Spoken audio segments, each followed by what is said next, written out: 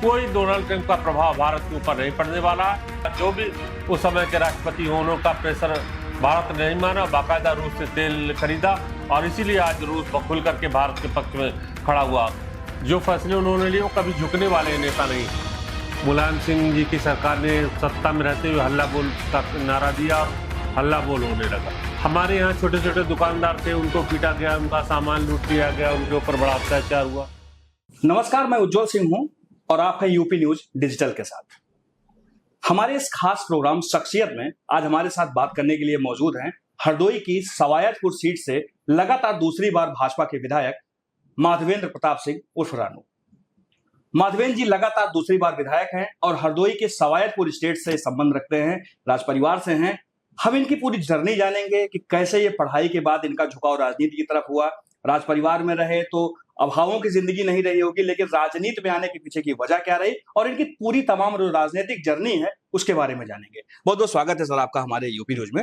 जी बहुत बहुत धन्यवाद। सबसे पहले आपकी जर्नी की बात हो, आप राजनीति में आए, लगातार दूसरी बार विधायक हैं, क्षेत्र में आपकी उपलब्धता भी बहुत ज्यादा रहती है, लोगों के बीच में भी रहते हैं, तो कैसे ये सेवा भाव आया? आप राज परिवार से ताल्लुक रखते हैं, फिर इस तरह से इसमें आना, राजनीति में आना। जी देखिए, जैसा कि हम लोग बहुत छोटे थे, मेरे ताऊजी थे, वहां से पहले सवाजपुर से विधायक रहे, राजा हरिहर सिंह कांग्रेस पार्टी से होते थे विधायक, और 3-4 बार वहां से शाहबाद और सवाजपुर से विधायक रहे। उसके बाद हम लोग पढ़ते थे, हमारे पिताजी का भी छोटी एज में हम लोग थे, तभी देहांत हुआ, ताऊजी का देहांत हुआ, फिर एक तरीके से घर से राजनीति खत्म हो गई।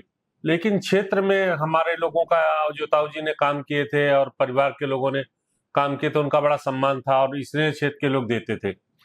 तो अचानक उस समय समाजवादी पार्टी की सरकार थी और 13 सितंबर 1993 को मुलायम सिंह जी की सरकार ने सत्ता में रहते हुए हल्ला बोल का नारा दिया और हल्ला बोल होने लगा। तो उसमें हमारे यहाँ छोटे छोटे दुकानदार थे, उनको पीटा गया, उनका सामान लूट लिया गया, उनके ऊपर बड़ा अत्याचार हुआ। तो हमारा छोटा भाई था, वो उनके बचाने के लिए उनकी मदद में गया। तो उसमें पुलिस ने उन लोगों को लाठियां पीटी और कई लोगों को जेल में बंद कर दिया। तो एकदम पूरे क्षेत्र में आक्रोश हुआ कि नहीं, इनके भाई पर पुलिस ने हमला किया। तो एक साथ पूरा क्षेत्र हमारे लिए निकल के आ गया और थाना, पुलिस चौकी सब घेर ली गई और 24 घंटे तक सबको बंधक रखा।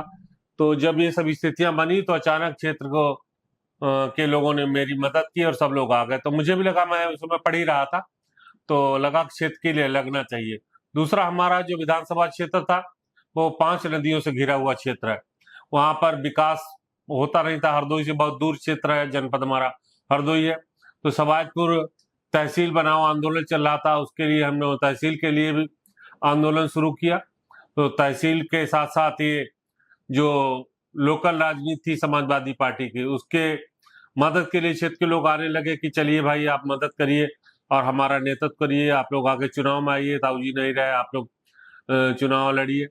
और ये जो तहसील समाजपुर की बनाने का आंदोलन चल रहा था, उससे हम लोगों को जोड़ा। तो कई ऐसे मुद्दे हुए साल जो क्षेत्र के लोगों ने कहा कि आप क्षेत्र के साथ रहिए, और फिर हमने पढ़ाई बंद की और पूर्णतः क्षेत्र में देने लगे। उसके बाद 1995 में पहली बार आरक्षण हुआ पंचायत चुनाव में, तो महिला सीट हमारे यहाँ ब्लॉक प्रमुख की रिजर्व हो गई थी। तो सब लोगों ने कहा आप अपनी माँ को ब्लॉक प्रमुख का चुनाव लड़ाइए। तो हम लोगों ने फिर माँ को चुनाव लड़ाया, पूरे क्षेत्र में मदद की, ब्लॉक प्रमुख माता जी बनी। और उसके बाद फिर मजबूरी में हमको धीरे धीरे राजनीति में आना पड़ा। ऐसे एक हमारे यहाँ गन्ना चीनी मिल लगा था और चीनी मिल बनने के बाद उसकी जो गन्ना की पर्चियां थी वो किसानों के पास नहीं जाती थी। बिचौलिए उस पर हावी थे, चीनी मिल की पर्चियां लेके फाड़ देते थे और गन्ना किसानों का गन्ना वो औने पौने दाम में खरीद लेते थे। तो वो भी गन्ना किसानों का भी एक आंदोलन था। तो गन्ना समिति के चुनाव हुए, उसमें मेरी लोगों ने जबरदस्ती, क्षेत्र के लोगों ने कहा आप लोग चुनाव लड़िए, तो मैंने नहीं लड़ा। फिर मैंने छोटे भाई को मजबूरी में गन्ना समिति के चुनाव में लड़ाया, तो गन्ना समिति का चेयरमैन बना। इसलिए क्षेत्र के लोगों को लगातार अपेक्षा बनती चली जा रही थी, क्षेत्र का आप ही लोग काम कर सकते हो और भला कर सकते हो। तो मजबूरी में जब मुझे भी हुआ कि जब क्षेत्र के लोग इतना स्नेह दे रहे हैं और मेरी इतनी मदद करें, तो मेरी भी जिम्मेदारी नैतिक रूप से बनती है कि इनके प्रति चुनाव में और राजनीति में आप देखिए, सबसे बड़ा अगर कोई विकास का माध्यम है या कोई चाबी है तो वो राजनीति है। और राजनीति में विधानसभा सदस्य बनना ही एक बहुत बड़ा मतलब होता है, जो विधानसभा सदस्य बनकर के आप क्षेत्र के विकास करा सकते हैं और लोगों का भला कर सकते हैं, उनके काम कर सकते हैं। तो मैंने चुनाव लड़ने का फैसला किया। 2007 में मैंने बीजेपी से टिकट मांगा था, उस समय बीजेपी ने टिकट मुझे नहीं दिया, फिर भी मैंने पार्टी की मदद की। हालांकि बीच में कई पार्टियां, समाजवादी पार्टी, बहुजन पार्टी, समाज पार्टी मुझे टिकट देना चाह रहे थे 2007 का, लेकिन मैंने कहा नहीं, मैं बीजेपी में रहूंगा।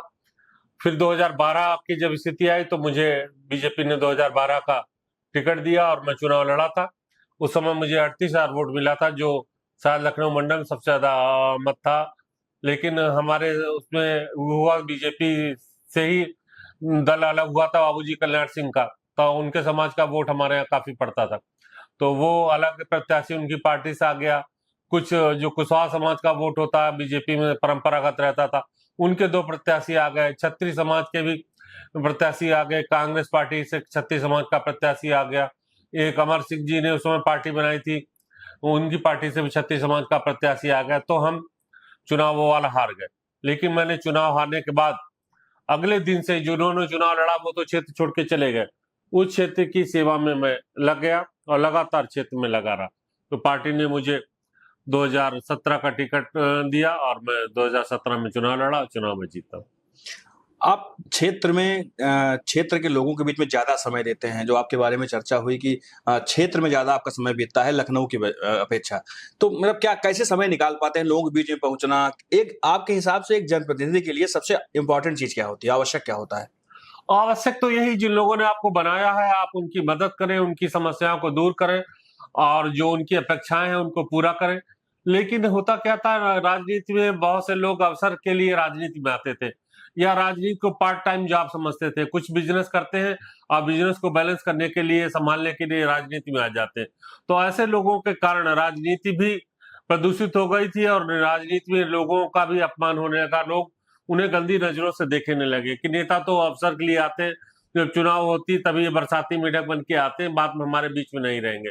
दूसरा, हमारा क्षेत्र बहुत दुरूह क्षेत्र था, जैसा मैंने बताया 5 नदियों का क्षेत्र है, बाढ़ आती है, बड़ी समस्याएं होती है, तो मैंने लगातार उनके लिए भी काम किया। बाढ़ में बहुत सारे जो समस्याएं लोगों को आती थी उनको दूर कराने का प्रयास किया। और विधायक बनने के बाद मुझे इसमें आनंद भी आता है, सुख भी मिलता है कि लोगों को बीच में रहूं, उनकी मदद करूं। और बहुत से लोग जब विधायक बन जाते हैं तो अपना निवास जिला मुख्यालय पे बना लेते हैं या राज्य मुख्यालय पे बना लेते हैं, लेकिन मैंने विधानसभा के अंदर ही अपना निवास रखा। कई लोग विधायक मुझसे कहते भी थे कि आप बहुत ज्यादा काम करते हो, इससे विरोध भी हो जाता है और राजनीति में आप किसी की मदद करोगे कि तो एक आदमी पार्टी का विरोध होगा तो इससे राजनीति नुकसान होती। बहुत ज्यादा समय क्षेत्र में देना अच्छा नहीं होता। आप चुनाव से 1 साल पहले लगिए, बाकी लखनऊ बैठिए और ज्यादा समय क्षेत्र में दीजिए, संडे के संडे जाया करिए, इस तरीके का काम करिए। लेकिन मैंने जब महसूस किया कि तो मुझे मेरी अंतरात्मा गवारा नहीं कर रही थी कि मैं, जिन लोगों ने मुझे चुना अपने भले करने के लिए, और मैं उनकी अनदेखी करूं और अपने आराम करने के लिए या सुख सुविधा के लिए मैं क्षेत्र में कम समय दूं, तो मैंने कहा ये नहीं होगा, मैं बराबर समय दूंगा। और जो ये कहते थे कि इससे विरोध होता है क्षेत्र में ज्यादा रहने से, मैंने उसको भी खाई को पाटने का प्रयास किया। तो जहां जैसे झगड़े की स्थिति आती है, मैं प्रयास करता हूं कि मैं पंचायत करके मामला निपटा दूं, अपने स्तर से निपटा दूं, या मैंने क्षेत्र के कुछ प्रमुख लोगों को भेज कर उसकी समस्या हल करा दी। दोनों पक्षों का मामला हल हो जाता है। मैं कोर्ट कचहरी और मुकदमेबाजी में ज्यादा भरोसा नहीं रखता हूँ, अपने स्तर से ही मामला निपटा देता हूँ। तो उसका मुझे लाभ भी मिला। जिस गांव में 4 पार्टियां, तो आज चारों पार्टियां हमारे साथ आ गई। मेरे साथ सामाजिक रूप से भी सभी जातियों के लोग आ गए, तो क्षेत्र में रहने का बड़ा लाभ भी है और वो लाभ मुझे मिला भी। सर, एक सवाल, वर्तमान में जो घटनाएं चल रही हैं, जो माहौल है देश का, उस पर एक सवाल करना है। जी। जैसे पहलगाम में टेरर अटैक हुआ, उसके बाद भारतीय सेना ने जवाब दिया, सरकार भी सख्ती से पेश आई और सेना ने जवाब दिया पाकिस्तान को। लेकिन उसके बाद फिर सीज फायर हो गया। हो सकता है देश की जनता कुछ और चाहती हो कि पाकिस्तान को, क्योंकि देश की जनता गुस्से में थी जो घटना हुई थी पहलगाम में। उसके बाद से लगातार विपक्ष हमलावर है सरकार पे, कि तमाम राजनीतिक दलों के लोग, अखिलेश यादव ट्वीट कर रहे हैं, फिर राहुल गांधी ट्वीट कर रहे हैं, मतलब तमाम विपक्षी दलों के जो लोग हैं वो लगातार सरकार को टारगेट कर रहे हैं सीज फायर को लेकर के। देखिए, जो विपक्ष के लोग इसको टारगेट कर रहे हैं या गलत बता रहे हैं, मैं समझता हूं कि वो गलत कर रहे हैं। कोई भी व्यक्ति युद्ध नहीं चाहता है, युद्ध अच्छा भी नहीं होता किसी भी समाज के लिए, और युद्ध से बहुत बड़े नुकसान भी होते हैं। जो लोग आज बुराई कर रहे हैं अगर एक महीने भी युद्ध छिड़ जाता तो यही लोग कहते कि नहीं, युद्ध गलत कर दिया। आज आप देखें, इजराइल फिलिस्तीन का युद्ध चल रहा है, लोग उसका विरोध करने लगे। यूरोप, रूस और उसका यूक्रेन का युद्ध चल रहा, वहां पर अब 3 साल से युद्ध खत्म नहीं कर पाए। हमारे प्रधानमंत्री जी ने बहुत अच्छा निर्णय लिया, कोई युद्ध नहीं उन्होंने किया था। जो हमलावर थे और जो आतंकवादी बनकर हमारे देश पे आए थे, जिन्होंने हमारी बहनों का सुहाग लूटा, तो उनकी सिंदूर की रक्षा के लिए ऑपरेशन सिंदूर चलाया गया। और ऐसा ऑपरेशन सिंदूर चला कि पूरे पाकिस्तान में सिंदूर ही सिंदूर दिखाई पड़ा। और इस सिंदूर से पाकिस्तान की हालत खराब हो गई। ये केवल युद्ध नहीं था, सर्जिकल स्ट्राइक टाइप की हल्की एक स्ट्राइक थी, जो आतंकवादियों के ऊपर स्ट्राइक की गई थी। विपक्षी लोग ये जो प्रचार कर रहे हैं, ये युद्ध नहीं था, और उसमें हमें सफलता मिली। हमने उनके हौसले पस्त किए, हमने 100 आतंकवादी मारे, उनके आतंकवादी अड्डे तबाह कर दिए, उनके सैन्य प्रतिष्ठानों को नुकसान पहुंचाया, सैन्य अड्डे उनके 13 नुकसान पहुंचे। तो सीमित संसाधनों के बाद, सीमित एक स्ट्राइक के बाद हमने इतना बड़ा उनका नुकसान कर दिया। पूरी दुनिया आज देख रही है कि भारत के शक्ति को, भारत के साहस को, हमारे सैनिकों का है उनका अदम्य साहस को दुनिया सराहना कर रही है कि भारत की सेनाएं, हमारे सैनिक दुनिया के सबसे अच्छे सैनिक हैं। और जो हमारे भारत में सामान बना मेक इन इंडिया के आधार पर, आज उसको भी हमने दुनिया में सर्वश्रेष्ठ ठहराया है। क्योंकि चाइना के डिफेंस सिस्टम थे, अन्य देशों के जो डिफेंस सिस्टम थे पाकिस्तान के पास, वो डिफेंस सिस्टम बिल्कुल नष्ट हो गए। हमने रूस का S-14 400 जो डिफेंस सिस्टम लाए, वो रूस में पूरा कारगर नहीं है। आप देखेंगे रूस में ड्रोन अटैक हो जाते हैं, लेकिन हमारे यहाँ इतने सारे ड्रोन छोड़े गए, एक भी ड्रोन हमारे ऊपर अटैक नहीं कर पाया, हमारा नुकसान नहीं कर पाया। उसके बीच में सबसे बड़ा कारण हमारी जो आकाश मिसाइल थी, हमारा पिनाका जो रॉकेट सिस्टम है, तमाम ऐसे हमारी स्वदेशी मिसाइलें हैं, स्वदेशी सिस्टम है, जिनके कारण उन्होंने जितने भी हमले किए विपक्ष हमारे दुश्मनों ने, वो कामयाब नहीं हुए और भारत पूरी तरीके से सुरक्षित बना रहा। तो सीज फायर के बाद अमेरिकी राष्ट्रपति डोनाल्ड ट्रंप लगातार ट्वीट कर रहे हैं कि हमारी वजह से ये समझौता हुआ, हम इसको व्यापार कर रहे थे। इसको लेकर भी विपक्ष ये लगातार ये कह रहा है कि डोनाल्ड ट्रंप हमारे देश के फैसले लेंगे। डोनाल्ड ट्रंप फैसले लेते तो मोदी जी से कड़ा कोई नेता मैं समझता नहीं हूँ। इससे ज्यादा जिम्मेदार नेता कोई नहीं समझता हूँ, उतने ज्यादा आत्मबलशाली कोई नेता नहीं समझता हूँ। जो फैसले उन्होंने लिए वो कभी झुकने वाले नेता नहीं। और जब वो प्रधानमंत्री बने थे तभी उन्होंने शपथ खाई थी, मैं देश नहीं झुकने दूंगा, मैं देश नहीं बिकने दूंगा। और डोनाल्ड ट्रंप क्या किसी भी दुनिया के देश में इतनी ताकत नहीं। आप देखें, जब भारत ने रूस और यूक्रेन का युद्ध हुआ, अमेरिका ने बहुत दबाव बनाया कि आप रूस से तेल नहीं लीजिए। डोनाल्ड ट्रंप जो भी उस समय के राष्ट्रपति हो, उनका प्रेशर भारत ने नहीं माना, बाकायदा रूस से तेल खरीदा, और इसीलिए आज रूस खुल करके भारत के पक्ष में खड़ा हुआ। कई ऐसी विदेशी मामले आए। ईरान के साथ हमारी संधि है और ईरान के ऊपर तमाम उन्होंने प्रतिबंध लगाए, लेकिन भारत ईरान से तेल भी ले रहा, ईरान की मदद भी कर रहा। कोई डोनाल्ड ट्रंप का प्रभाव भारत के ऊपर नहीं पड़ने वाला है।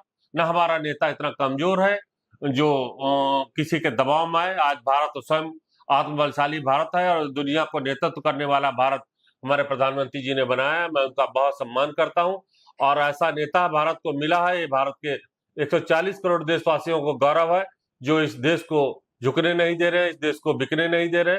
मैं इस बात का समर्थन नहीं करता हूं कि डोनाल्ड ट्रंप का कोई प्रभाव है या दबाव है हमारे प्रधानमंत्री के ऊपर। बहुत बहुत धन्यवाद आपका हमारे साथ जुड़ने के लिए। हमारे साथ हरदोई के सवायतपुर से विधायक मानवेंद्र प्रताप सिंह थे, जिन्होंने बताया कि किसी तरह से युद्ध जायज नहीं था। अगर सीज फायर हुआ है तो ये देश हित में हुआ है, लोगों के हित में हुआ है। फिर मिलेंगे एक नई शख्सियत के साथ, तब तक ये दीजिए इजाजत। नमस्कार। बहुत बहुत धन्यवाद। नमस्कार।